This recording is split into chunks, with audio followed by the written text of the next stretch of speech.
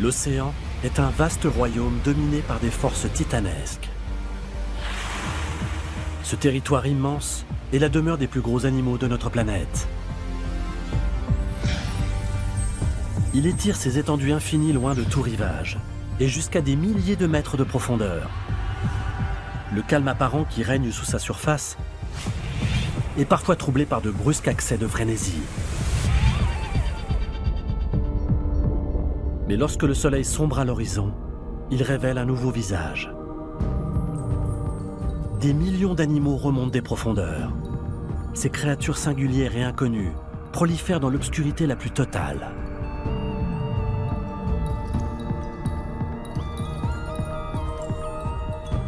C'est la plus grande migration connue au monde. Un homme est déterminé à accomplir ce que personne n'a fait avant lui. Plonger de nuit pour filmer cet exode animal en se postant aux premières loges. Son but, percer le mystère qui entoure la remontée nocturne de tous ces animaux et résoudre enfin l'énigme de cette curieuse migration verticale.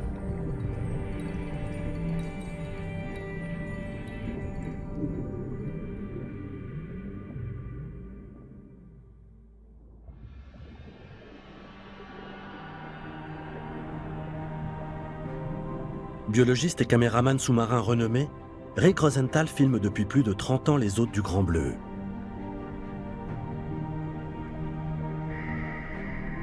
La plupart du temps, il effectue ses prises de vue le jour, en profitant de la lumière naturelle. Mais aujourd'hui, il s'apprête à filmer un phénomène nocturne.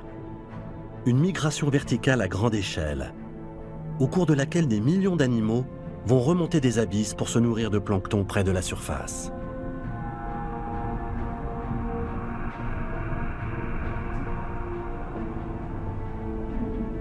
En se déplaçant ainsi de nuit, ils échappent à l'attention des prédateurs diurnes. À l'aube, ils prendront le chemin inverse pour retrouver l'obscurité protectrice des eaux profondes. Ces animaux forment des bancs si denses que les sous-marins militaires peuvent se dissimuler sous leur masse sans risque d'être détectés. En termes de biomasse, cette migration est la plus importante de notre planète.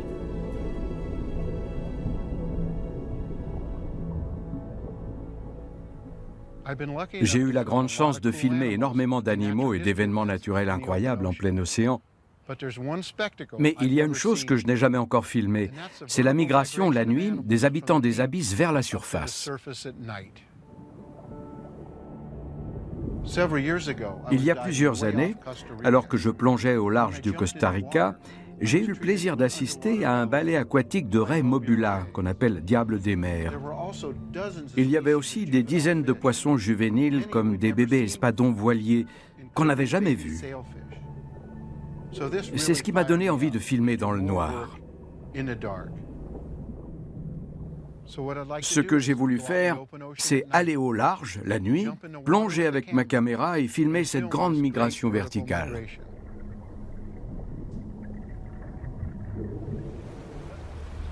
Le défi est de taille.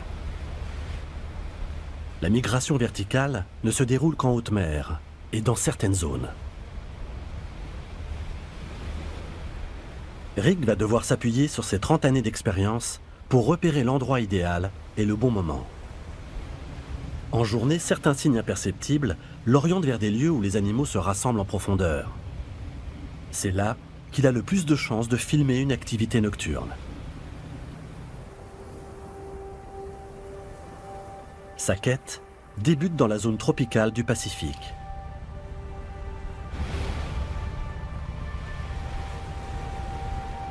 Accompagné de Dennis Bishop, un marin chevronné, Rick guette les indices qui trahissent la présence d'animaux marins.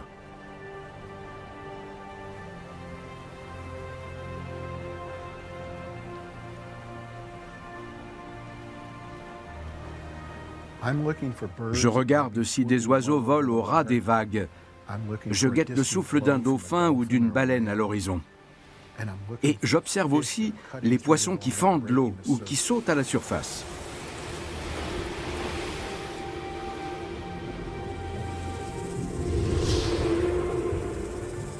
Ce sont des indices importants pour trouver ce que l'on cherche, car l'océan est tellement vaste.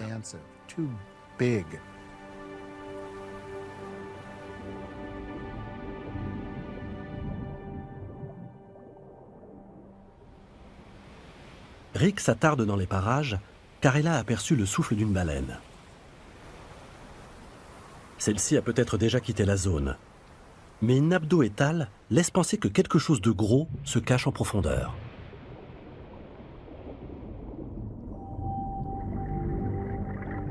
Au début, Rick ne voit rien, à part une colonne d'eau de 2 km, apparemment déserte.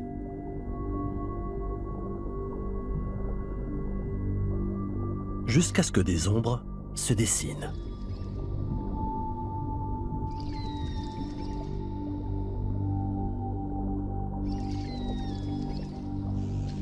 Ce sont des globicéphales. Ces grands dauphins se nourrissent de calmars qui vivent en eau profonde et constituent l'essentiel de la migration nocturne. La présence des cétacés près de la surface indique à coup sûr qu'il y a de la vie bien plus bas, une faune qui attend que la nuit soit tombée pour remonter.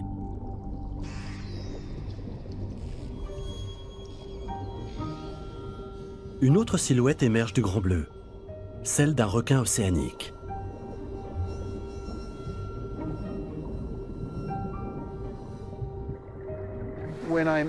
Lorsque je suis dans l'eau et que je vois ces ombres, ça ne me fait pas peur. Au contraire, ça me donne une décharge d'adrénaline. Le requin est un prédateur de surface et un opportuniste. Les globicéphales sont pour lui l'occasion de s'offrir un repas à bon compte. Quand je vois des requins se rapprocher de cétacés, ça réveille le chasseur en moi, parce que je sais qu'il va y avoir de l'action.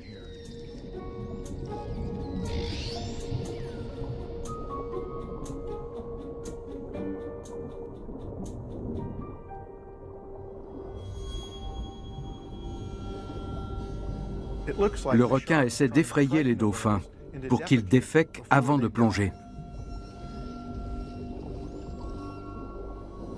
Pendant la journée, les eaux de surface sont souvent assez pauvres en nourriture. Le requin a développé une astuce pour chipper un repas aux cétacés. Ce nuage rouge est le signe que les globicéphales ont mangé des calmars.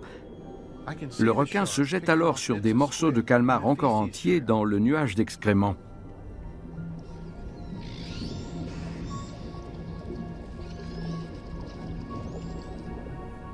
On considère ces requins océaniques comme de grands prédateurs, mais quand on les voit se nourrir de cette façon, leur réputation en prend un coup.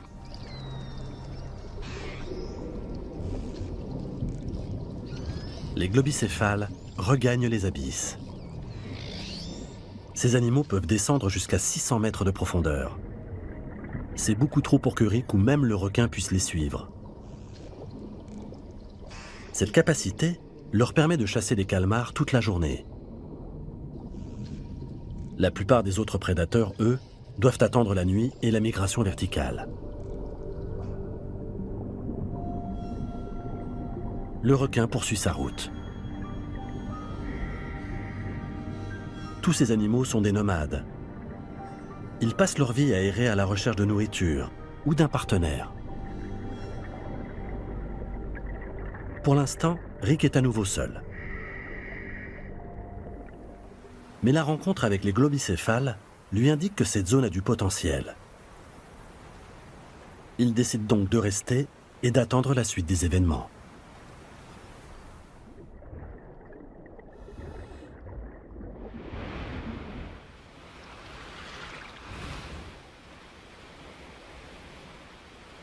Après un long moment, un nouvel indice prometteur apparaît à la surface de l'eau.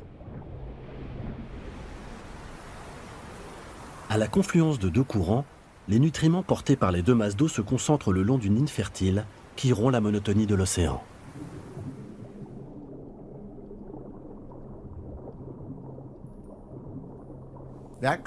Cette ligne de courant est aussi la preuve que nous sommes au bon endroit. On va rester à côté. C'est un peu comme une autoroute.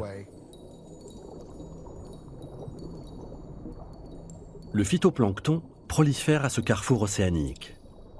Les algues microscopiques qui le composent ont besoin de soleil et des nutriments portés par les courants. Au large, elles constituent le premier maillon de la chaîne alimentaire.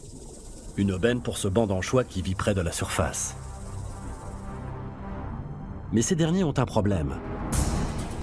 À la lumière du jour, ils sont des proies faciles pour les prédateurs. Très vite, un groupe de thons roses arrive sur les lieux. Et c'est l'hécatombe.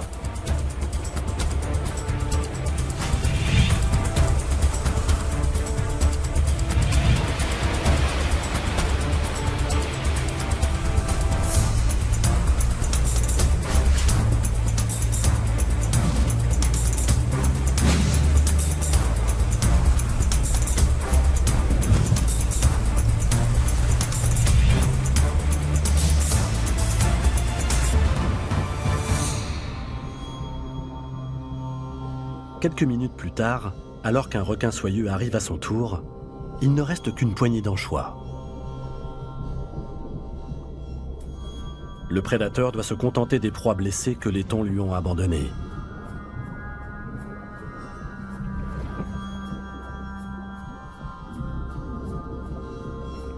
Le plancton qui nourrissait les anchois constitue également le repas de créatures plus prudentes qui ne remontent à la surface qu'une fois la nuit tombée.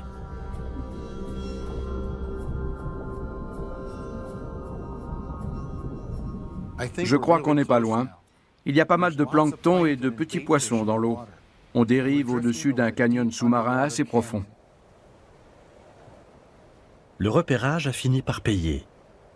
Cette zone attire la vie grâce au courant et au relief sous-marin. Il est temps pour Rick et Dennis d'affiner leurs recherches. Je vois pas mal de débris flottants et il y a des poissons cachés dessous. On est au bon endroit. Qu'est-ce que tu en dis? Je vois un peu plus loin que toi. Cette ligne de courant file tout le long de la faille. Et il y a un tronc d'arbre là-bas. Ok, on va voir. Ta caméra. Je l'ai.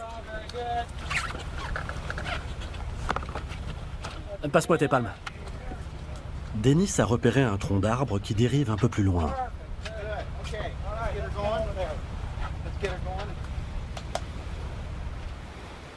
Ce type de débris flottant peut faire office de petit récif mobile.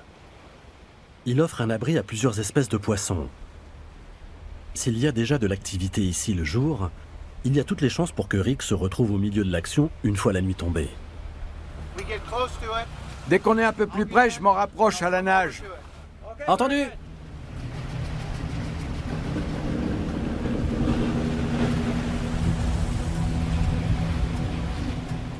Un groupe de dauphins tachetés file dans la même direction. Là encore, c'est un signe encourageant.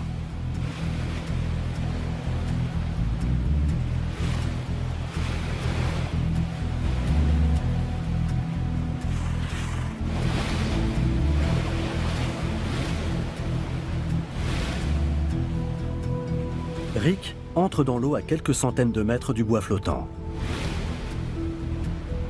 Il comprend vite que l'endroit est le terrain de chasse des dauphins. L'attitude des dauphins est sans ambiguïté. Gueule ouverte, ils préviennent l'intrus de rester à distance. Mais Rick n'est pas le seul à suivre les dauphins. Des thons jaunes qui chassent souvent avec eux ne tardent pas à faire leur apparition.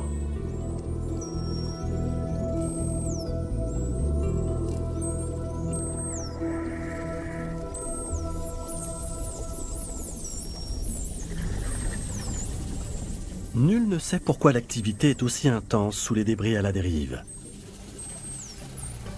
Peut-être est-ce tout simplement parce que l'abri est trop petit pour tout ce monde.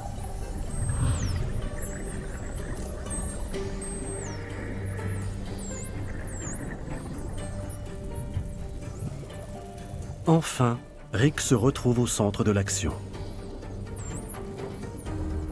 Tout autour de lui, c'est un bouillonnement de vie qui s'étend bien au-delà de son champ de vision. Les dauphins filent comme des fusées autour de l'arbre flottant à la poursuite de petits poissons.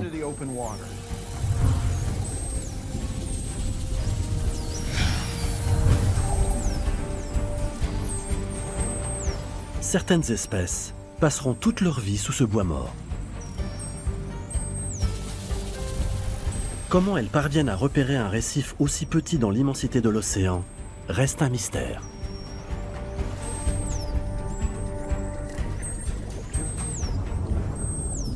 Proies et prédateurs ne manquent pas.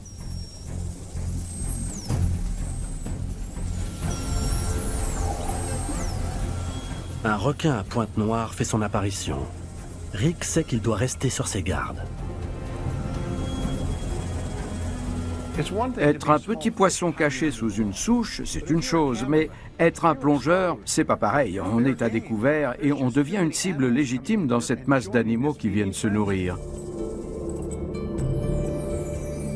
Un espadon voilier est à l'œuvre. Long de près de 3 mètres, il est capable de nager à une vitesse incroyable. Sa peau, habituellement gris argenté, vire au noir lorsqu'il chasse. Pour lui, les conditions sont idéales.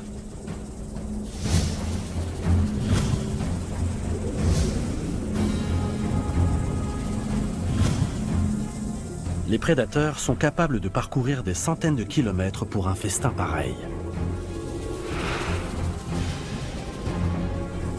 Très vite, Rick est cerné par ces géants. Ils déploient leur immense voilure pour rassembler les bancs de poissons.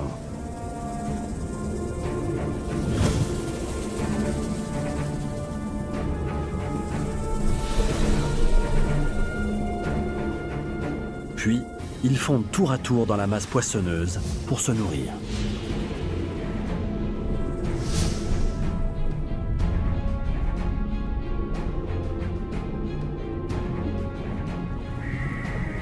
En 1 heure, il ne reste presque plus de petites proies à la surface.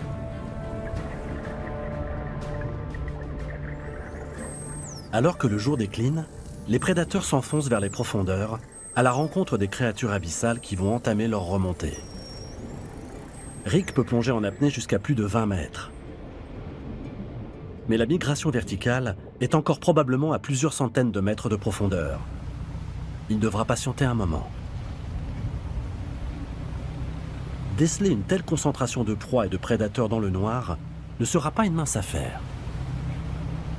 De nuit comme de jour, une grande partie de l'océan est pratiquement vide. Mais Rick est convaincu que les prédateurs qu'il a vus aujourd'hui sont la preuve que la migration qu'il attend peut se produire ici même. Il sillonne la zone en attendant l'obscurité. Le sonar a détecté la présence d'une masse dense sous le bateau de Dennis. Elle remonte lentement vers la surface et recouvre une superficie équivalente à celle d'une petite ville. Impressionnant, lorsque l'on sait que cette masse n'est constituée que d'êtres vivants. Bientôt, la partie la plus délicate de la mission de Rick va commencer. Filmer de nuit au cœur de l'océan.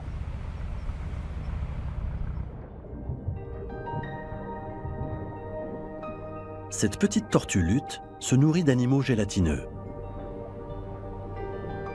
Ce sont eux qui devraient arriver avec la première vague de la migration nocturne. Et c'est effectivement ce qui se produit. Une longue chaîne de salpes fait son apparition. C'est le mets préféré de la tortue.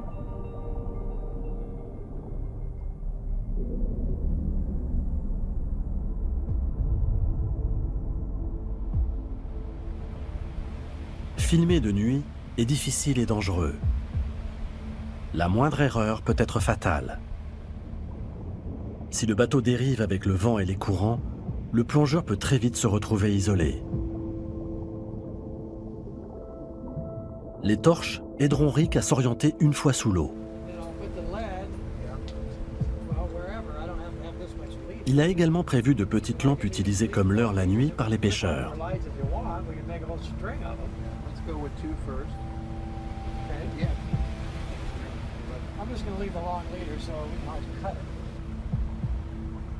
De nombreuses créatures des abysses sont bioluminescentes. Elles luisent dans le noir. L'idée est de duper les prédateurs qui, de loin, confondront les loupiotes avec des proies potentielles. Dans le ciel dégagé, la lune éclaire la nuit. Les conditions de plongée sont parfaites.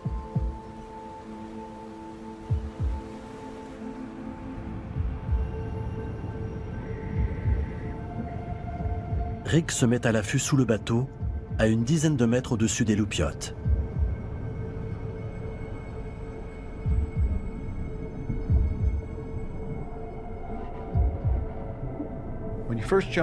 Quand on se met à l'eau de nuit, on n'est pas très à l'aise. On ne sait pas où on tombe, on ne voit que la masse noire de l'eau.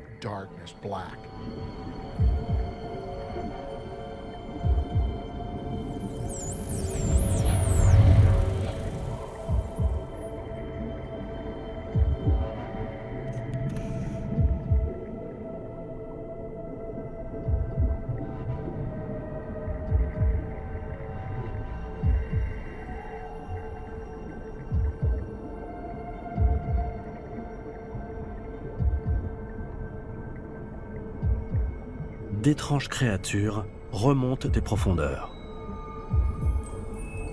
Peu à peu, l'océan se transforme.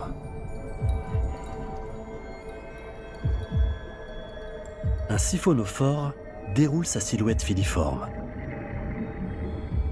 Ses tentacules luisent dans le noir pour attirer les proies, comme les leurres lumineux disposés par Rick. Certains spécimens peuvent mesurer jusqu'à 40 mètres. Rick se tient à une distance respectueuse de l'animal. Ce soir, il y a beaucoup d'organismes urticants dans l'eau. La piqûre des siphonophores est particulièrement douloureuse.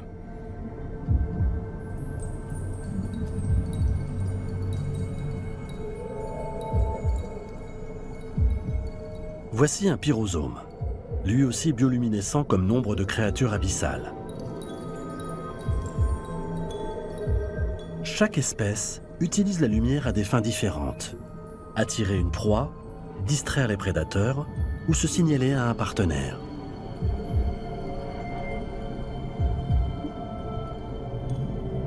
Un pyrosome de plus grande taille sert de refuge à une petite crevette. Sans lui, dans l'immensité de l'océan, celle-ci serait une proie facile.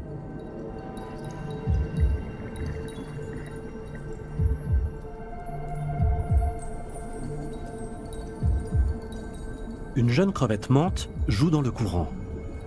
Ses yeux sont parmi les plus complexes du monde animal. C'est un atout de taille, car sans dard ni abri, cette espèce est extrêmement vulnérable.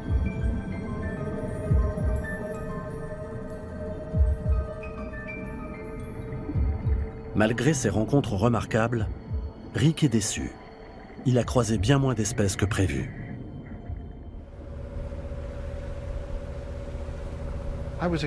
Je pensais que la mer bouillonnerait de vie. Soit je m'y suis mal pris, soit j'ai plongé au mauvais endroit.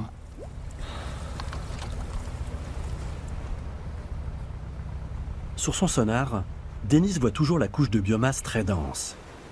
Mais celle-ci a arrêté sa remontée à 50 mètres de la surface sans aucune raison apparente.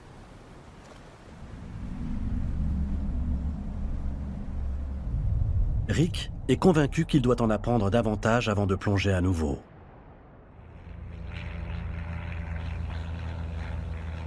Quelques jours plus tard, il se rend à l'Institut de recherche de l'aquarium de la baie de Monterey en Californie.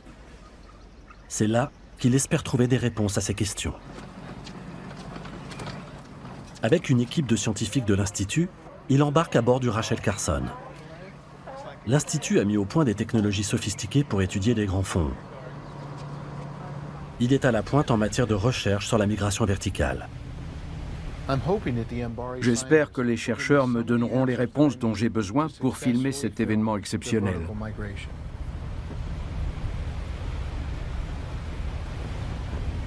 À bord, il retrouve le professeur Bruce Robison, un expert mondialement reconnu du monde marin. L'Institut utilise le Ventana, un petit sous-marin télécommandé pour étudier la vie à très grande profondeur. Plus de 3000 plongées ont ainsi été menées à l'aide de cet engin. Cela a permis à l'équipe du professeur Robison d'étudier la vie des abysses avec une précision sans précédent, de jour comme de nuit. Le sous-marin peut descendre à plus de 1000 mètres et rester en immersion presque indéfiniment. C'est une fenêtre sur un monde que je ne vois jamais quand je plonge. Ce qui se passe en eau profonde m'intéresse énormément. Depuis la salle de contrôle du navire, l'équipe scientifique ajuste la profondeur de plongée du sous-marin et sa position, tout en restant à l'abri et au sec. Le but est de descendre suffisamment pour trouver des espèces vivantes. Le palier des 50 mètres est franchi sans qu'aucune rencontre ne soit enregistrée. À mesure que le Ventana s'enfonce vers les abysses, l'obscurité s'épaissit.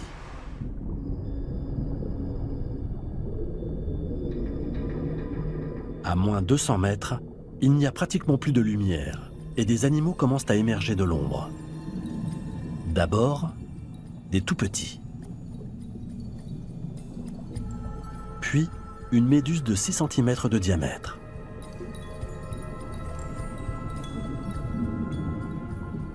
L'équipe l'aspire délicatement dans un bac de collecte.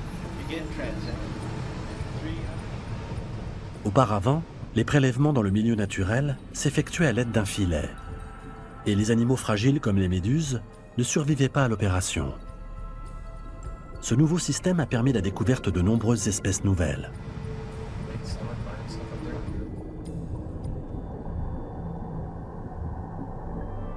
Comme cette méduse Tiburonia, inconnue jusqu'à sa capture par l'équipe.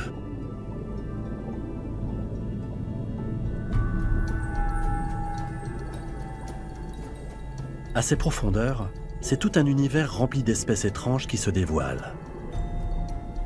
Bon nombre d'entre elles, comme ce calmar de verre, ont rarement été observées à la surface.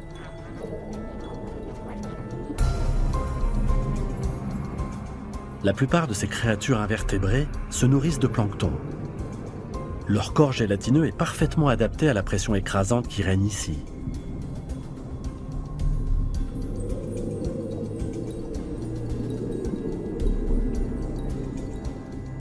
Dans ce monde où jamais ne perce la lumière du jour, on se demande bien pourquoi certaines espèces s'offrent le luxe de la couleur, comme cette variété de sténophore écarlate.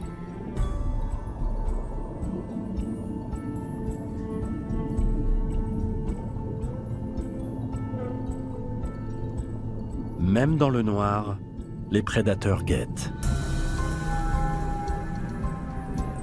Comme ce poisson vipère, de 50 cm de long.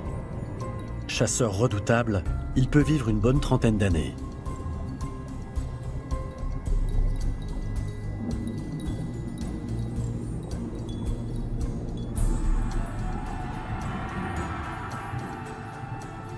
Un revenant croise également dans les parages. Dans son crâne transparent, on distingue deux yeux tubulaires qui pointent vers le haut pour détecter l'ombre de la moindre proie qui passerait au-dessus de lui.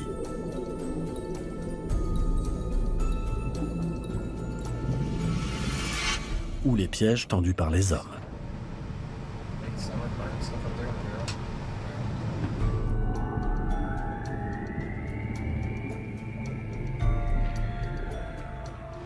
Le revenant a vraiment de drôles d'yeux, je me demande ce qu'il voit. Rick est intrigué. Ces animaux ont toujours été là, bien loin sous ses palmes lorsqu'il filmait de nuit. Et pourtant, ils ne sont pas remontés à la surface. Le professeur Robison explique que ce qui provoque la migration verticale, c'est la lumière. En journée, les animaux des profondeurs restent dans les eaux sombres.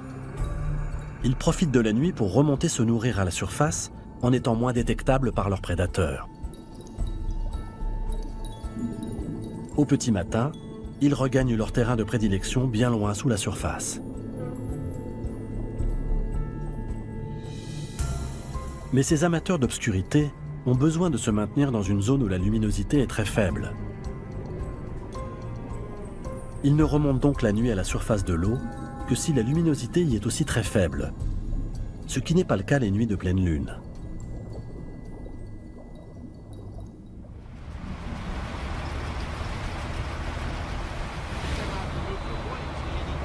Bruce Robison m'a expliqué pourquoi j'avais vu si peu de poissons l'autre nuit. La lune éclairait trop la mer, du coup les poissons ne sont pas beaucoup remontés.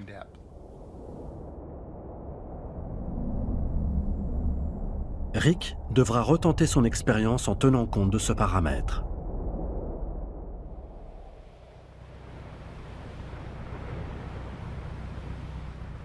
Sa prochaine plongée dans cette zone tropicale du Pacifique aura lieu par une nuit sans lune. Ce soir, nous allons partir très loin au large et nous poster à la pique du canyon sous-marin où l'on a filmé tous ces animaux il y a plusieurs jours.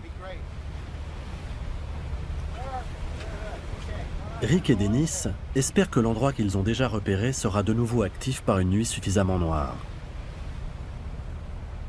Mais cela n'est pas garanti, et les deux chasseurs d'images n'ont d'autre solution que de tenter leur chance.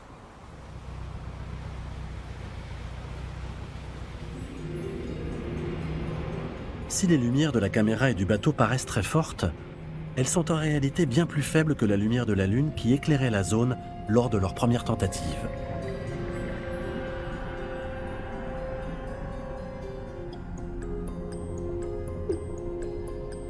Les crabes qui nagent à cet endroit sont un indice encourageant. Ils ne plongent pas profondément et ne se nourrissent que près de la surface. S'ils se sont réunis, c'est sûrement parce qu'ils savent qu'une grande quantité de nourriture va arriver. Ils attendent que la migration nocturne commence. Un sténophore fait une apparition. Au fil des années, les caméras sous-marines ont énormément progressé. Aujourd'hui, les caméras numériques permettent de filmer en haute définition, même à faible lumière. Les animaux marins se font plus nombreux à chaque instant. Les formes futuristes de ces créatures, souvent aveugles, sont parcourues de pulsations lumineuses. Un bébé crabe attiré par ces lumières est pris au piège.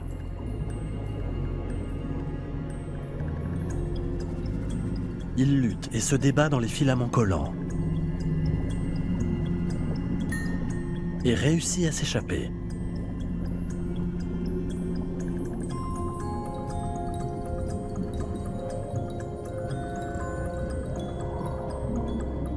Mais on est loin de la cohue que Rick imaginait. Le gros de la migration n'est pas encore arrivé.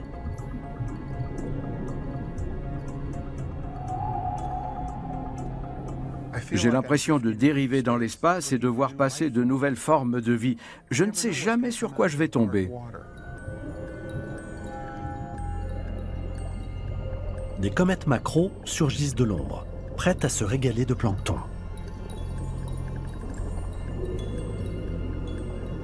Quelques instants plus tard, des calmars arrivent à leur tour des profondeurs, poursuivant leur proie. Des poissons lanternes.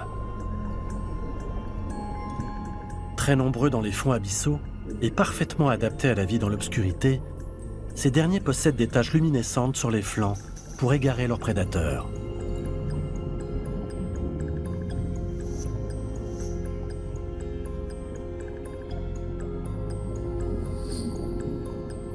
Leur déplacement saccadé perturbe les calmars qui ne savent jamais vraiment à quel moment attaquer. Ce qui n'empêche pas certains spécimens d'attraper des poissons presque aussi gros qu'eux.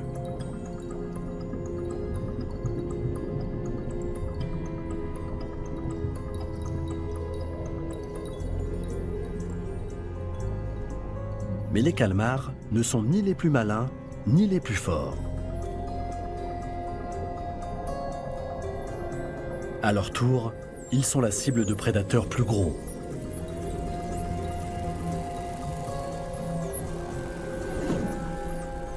Ce calmar, pris de panique, projette un nuage d'encre. Il espère ainsi désorienter le chasseur en dissimulant sa fuite. Avec un peu de chance, l'assaillant se laissera duper par cette ruse et laissera le calmar tranquille.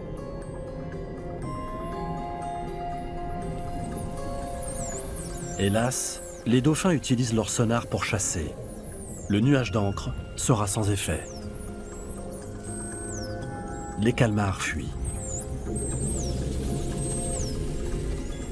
suivis de près par les dauphins qui les traquent et en dévorent une bonne partie.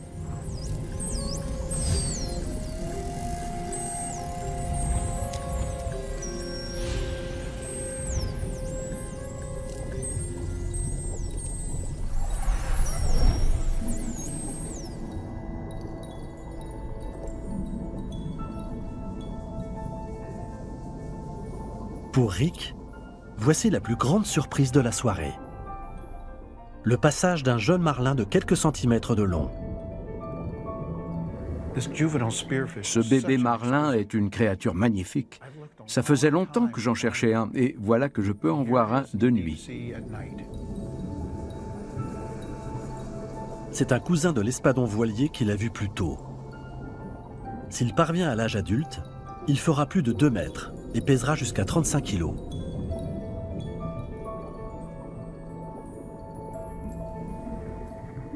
Ça me rappelle ma plongée au Costa Rica, quand nous avions filmé pour la première fois un petit espadon voilier de nuit. À la différence des adultes, les jeunes marlins se montrent peu durant la journée. Tant qu'ils sont encore petits, ils sont vulnérables et préfèrent se cacher dans l'obscurité.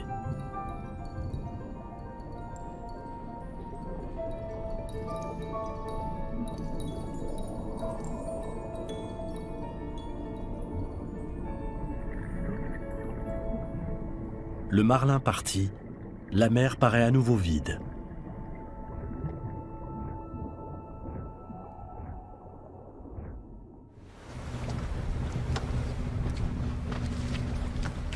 Dennis, j'ai vu un bébé marlin. Non! C'est vrai? Après l'espadon voilier, le marlin. Il était long comme ça, d'un bleu irisé, incroyable. Je l'ai vu se nourrir. Son rostre était tout petit. Je crois pas que quelqu'un en ait déjà filmé. C'est tellement beau. Pour l'instant, Rick n'a vu que les prémices de la migration. La majorité des animaux doit encore remonter de 500 mètres, voire plus.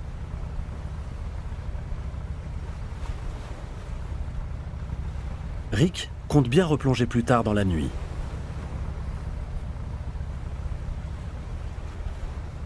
Les heures passent.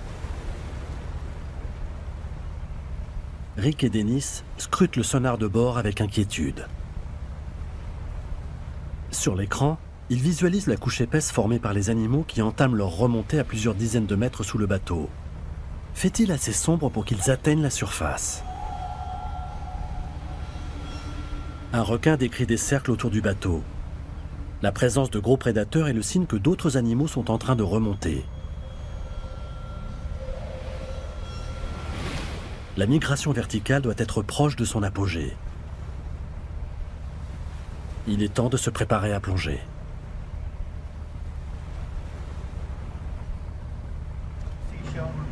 Il est plus de minuit lorsque Rick retourne à l'eau. Le paysage a totalement changé.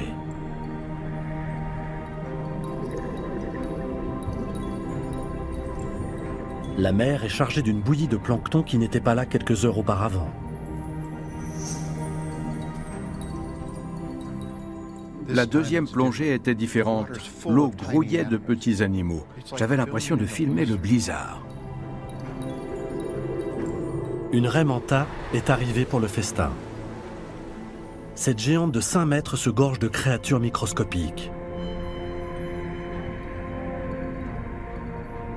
Comme Rick, elle a attendu ce moment.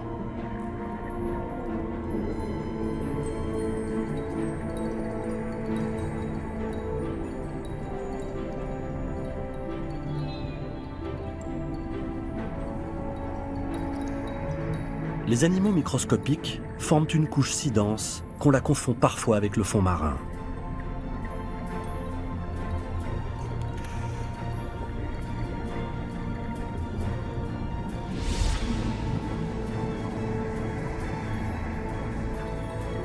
Les eaux du Pacifique bouillonnent de vie.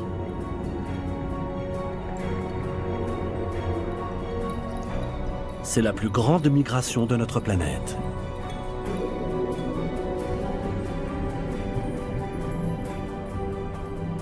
C'est un événement extraordinaire qui se déroule chaque nuit dans tous les océans.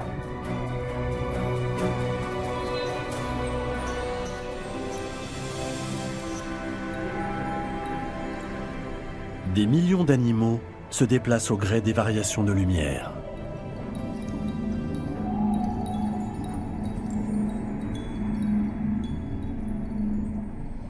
D'immenses oasis de vie se forment, perdues dans l'immensité de l'océan.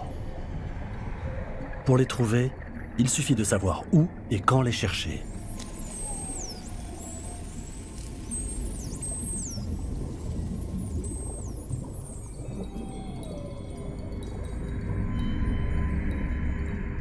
Alors que l'horizon blanchit, la migration reprend, cette fois en sens inverse. Les créatures abyssales reprennent le chemin des profondeurs, tandis que les raies mantas et les dauphins s'éloignent dans le courant.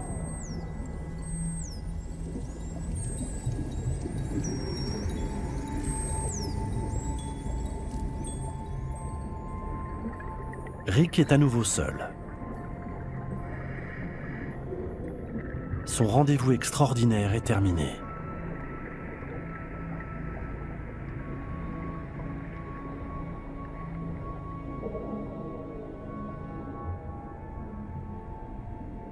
Une aube nouvelle se lève sur l'océan vaste et silencieux.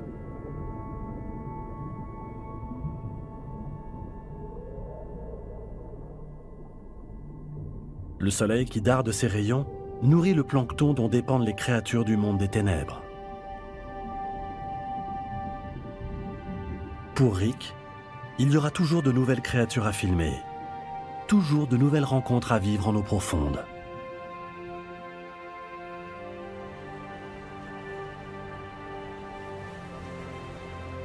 Tandis qu'il vogue sur ces étendues apparemment désertes, il sait que dans toutes les mers du globe, les animaux qui effectuent la grande migration verticale sont toujours là, tapis dans les entrailles de l'océan, guettant l'arrivée de la nuit.